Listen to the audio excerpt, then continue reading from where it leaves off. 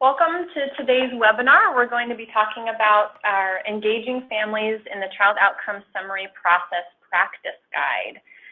As a part of the State Systemic Improvement Plan, ESIT has developed a training on engaging families in the Child Outcome Summary Process, or the COS.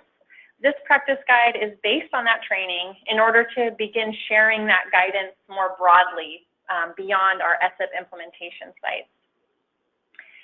This practice guide is not meant to replace that training, and we'll be planning on how to offer it beyond the ESIP sites. It's still being tweaked and tested as a part of the State Systemic Improvement Plan, but as soon as we finalize that, get feedback from implementation sites, we'll be planning on rolling that training out more broadly across the state. So today we'll just walk through the practice guide and point out highlights. This webinar is also not intended to be a training, so we're not going to go in depth on the content, just kind of walk through the practice guide. So we start out here with an introduction, just talking a little bit about the COS and why it's important to engage families in that process. And so this practice guide gives best practice guidance and tips on how to do that. We also reference the Child Outcome Summary Team Collaboration Toolkit, or the COS TC, throughout the guide. And I'll just show quickly where that information is on our website. So first, actually, let me show you. This is where you can find this practice guide we're reviewing today. So here on our ESIT webpage, if you click here on the Practice Guides tab, here are all the practice guides with the COS one down here at the bottom. And then the COS TC, so the Child Outcome Summary Team Collaboration Quality Practices Checklist is a tool that was developed nationally for states to use to, in a sense, monitor or evaluate your COS process. And so these resources on our website include a training that you can go through with your staff and with your teams at your agency, and there are materials that go along with that training. There's also some stuff that's more applicable to ESIP implementation sites, but everyone is welcome to go ahead and check it out. The actual checklist looks like this. And we're not going to go through this today, but just so that you have some point of reference as we go through the practice guide, it's essentially a checklist rating different components of the COS process. And then back to the practice guide. We start here with sort of an outline of the COS process, really starting with joint planning with the family, and then moving on to preparing as a team, and then building consensus for the COS rating / descriptor statement, and then writing functional outcomes. And so this really outlines all of the components of the COS process. And so the first section here, joint planning with the family, there's a reference to section 2 of the COS TC. So you'll see that throughout the practice guide, just to kind of help link our guidance with that tool. And it's just a really nice pairing of information for providers. And so what we really want to highlight in this section is just the importance of involving the family and maximizing the information that they've shared throughout intake, assessment, and evaluation, and really using active listening skills to meet the family where they are and make sure they're a meaningful part of that conversation and process. And it's also really important to give the family some background on the COS. And so we've offered a few options down below of what should be shared with families. So explaining why we gather the COS data and how it's going to be used, describing the 3 child outcomes that are measured, describing how the outcome data is collected, and then the importance of checking for family understanding before moving on. So in order for a family to be really a meaningful member of the team during this conversation, they really need to have a good understanding of what what they're a part of. And so that section of the practice guide kind of goes into that. The next section, preparing as a team, links up against the section 1 of the COS TC. So this section really speaks to what you as a provider team can do prior to meeting with the family to prepare for that conversation. And it's really important to point out that the team will not be selecting a descriptor statement during this meeting because that needs to happen with the family present. But this gives some ideas of how to sort of prepare for that conversation as a team, including, just going over all the information you've gathered so far so that everyone's on the same page of what skills that child has and what their needs are, what the family has reported.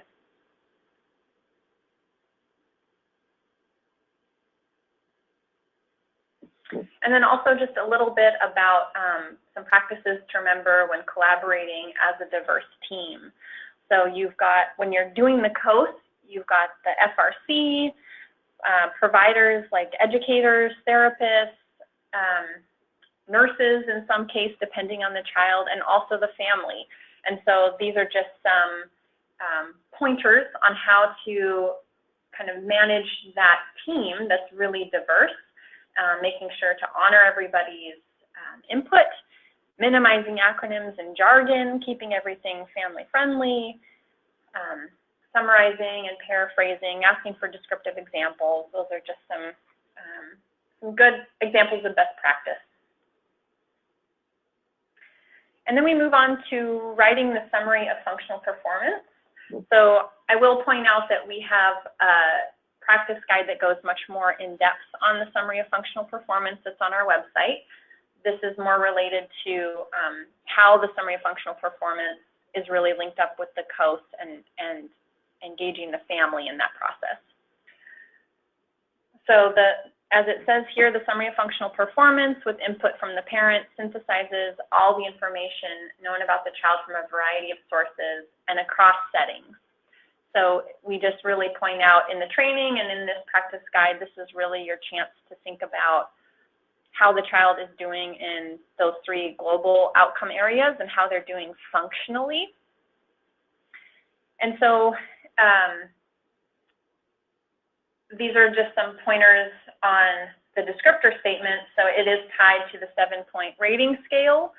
And those, you find in the DMS, on the IFSP, also on the decision tree, sorry. And also thinking about the fact that you're thinking about their skills and what they have that's age appropriate within the context of the family's culture.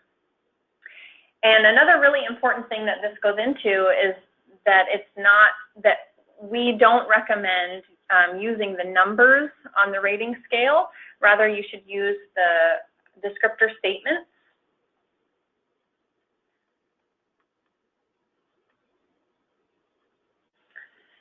And then we move into cultural considerations. So we all know that expectations for development vary between cultures, especially with regard to independence and self-care skills. And so this section just really talks about the importance of taking that into consideration. If a child's skills are not at the same level as peers of the mainstream culture, or of how an evaluation tool might measure them, using utensils is a good example. If a family doesn't use utensils to eat, they may be marked down on their evaluation because they aren't able to do that task. But with the COS, you would not want that lack of skill to impact their rating or their descriptor statement, because that child is functioning as they should be within the context of their family's culture. So this just kind of talks about that and is a nice reminder of how to bear that in mind. And then we move on to building consensus for a high quality rating or descriptor statements. And again, it references the COS TC and where you can find more information. And so we have some strategies listed here that you can incorporate in your discussion with families when you're choosing a descriptor statement. So these are strategies to use when you're there with the family, going over the summary of functional performance and talking about what descriptor statement you want to choose for that child. And so the first strategy is to give options. And it's really important to point out that we're not presenting these as the only options the family can choose from. So this one can be kind of tricky, but really just kind of keeping in mind that this is meant to be a starting point for the team to work from. And you're not, you don't want to have chosen something before you go and meet with the family and basically give them two options. They need to be able to give their input beyond that. And so there's some examples of how you might do that within the conversation. And then I'll just point out too that there's more within the COS TC materials. There's a little bit more information on all of these things. So you can look there as well. So the next one is just give examples. And here we're just talking about giving concrete examples of what you're talking about when you're describing a child's functioning and trying to help the family join that conversation of choosing a descriptor statement. And then using the decision tree, it's perfectly fine, and for some families might be best to just use the decision tree when you're trying to come up with a descriptor statement. So again, this just gives you a little bit of an idea of how that conversation might go. And so sometimes we know that there can be some difficulty in reaching consensus, either between the professional providers on the team or between the providers and the family. And so this just gives some tips for dealing with that. I think one of the most important tips is to go back and try to find the source of the disagreement. That might make it easier to address it. One thing that I wanted to point out down here, I don't think it's common that that you'll find a family who is so adamant in opposition of what the rest of the team feels for the child. But what we've said here is if the family feels very strongly about selecting a descriptor statement that the provider team disagrees with, and an attempt has been made to come to consensus using the methods listed above, move forward with the descriptor statement of the family's choice. And so we've trained to this with our SF implementation sites and have had some questions about, how that will impact the data. That essentially will mean it's not an accurate rating. But we don't think that it will happen often enough that it will impact the data to a significant degree. And so we prefer that providers err on the side of preserving their relationship and moving forward with what the parent feels if it comes to that point. So I just wanted to point out that bit of guidance there. And then we kind of end with writing functional outcomes, which is really kind of the bookend of the COS process, because the functional outcomes should be based on the summary of functional performance and the descriptor statements that all stem from the priorities and concerns of the family. And if the family is engaged throughout this whole process, you're going to end up with more accurate COS ratings and descriptor statements, and also better outcomes that the family is going to find meaningful, which then in turn leads to them feeling more connected, working on those outcomes in between visits, and better outcomes for kids overall.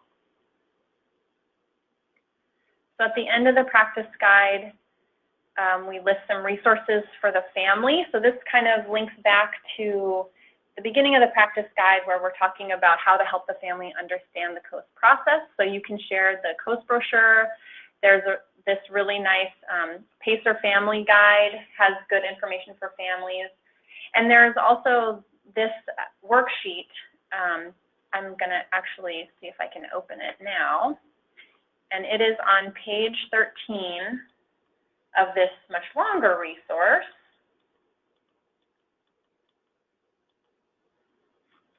See if I can get to it here.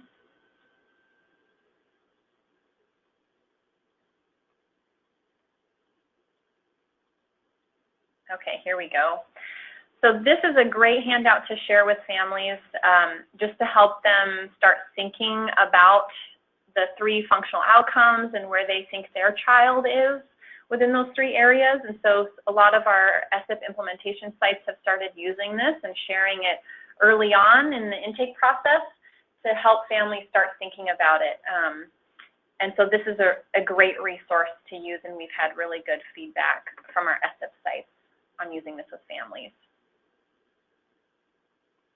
And then down here are some resources for the team. So the decision tree, a consensus worksheet, that goes more in depth on coming to consensus as a team, some outcomes measurement instrument crosswalks, and then the summary of functional performance practice guide. And then down below here are the child outcome summary team collaboration checklist materials. And so again, you can check those out on the website on our on the State Systemic Improvement Plan page.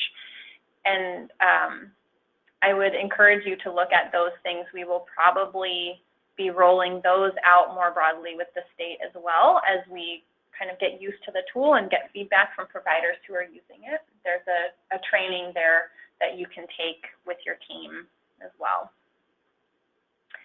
And that is the practice guide. I'll just go back here really quickly to the website just to remind you again where to find it. It's here on the practice guides tab of the ESIT website, and right down here, engaging families in the child outcome summary process. So thank you. If you have any questions about the practice guide, please let your program consultant know.